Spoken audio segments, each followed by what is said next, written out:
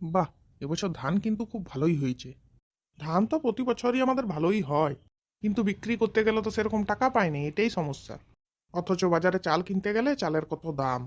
কষ্ট করে মরি আমরা, আর পয়সাটা খাই অন্য লোকে।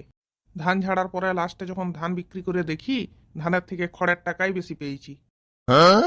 এক একবার রাগও লাগে, মনে হয় ধান আর চাষ করবো না, এবারে শুধু খড়ই চাষ করবো। এই তো বাবা ঘরেই আছে, যাই দেখি বাবার কাছ থেকে কিছু হাতানো যায় কিনা। কি হলো রে, কিছু বলবি? হ্যাঁ, বলবার জন্যই তো এসেছি। তা কি বলবি, তাড়াতাড়ি বল, আমার অনেক কাজ আছে। শোনো, আমার বন্ধুর বিয়া, গিফট কিনবো, 100 টাকা দাও। বলে শালা, মালটা মুখটা এমন করছে, দিবেন না নাকি? আমিও ছেড়ে দিবার পাত্র লই, আমিও নিয়েই ছাড়বো। কি হলো, কিছু বলছো না যে চুপ করে আছো?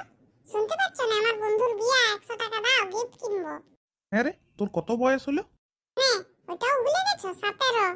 এই 17 বছরের ছেলের বিয়া? 17 বছরের ছেলের বিয়া মানে? আমি বললাম কি যে আমার বিয়া?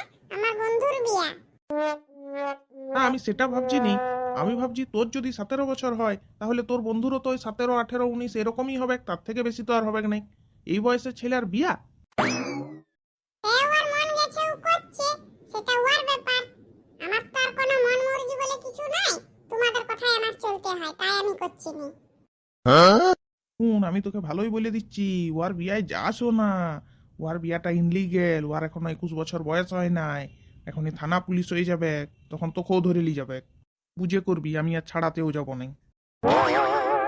শালা, এত কষ্ট করে একটা আইডিয়া করলো, ভাবলাম এটা বলে বাপের কাছ থেকে কিছু হাতাবো। আইডিয়াটা তো আমার ফ্লপ করে গেল। এবারে জলদি জলদি কথাটা ঘুরিয়ে দিই, নাহলে কিছুই আদায় করা যাবে না। না গো বাবা, আমার বন্ধুর লয়, আমি তোমাকে বলতে ভুলে গেছি। ওটা আমার বন্ধুর মায়ের বিয়া। এটা তো আবার মুখটা এমন কেন করছে রে বাবা? হ্যাঁ, তোর বন্ধুর মায়ের বিয়া এই বয়সে? কেন, ওর বাবা নাই?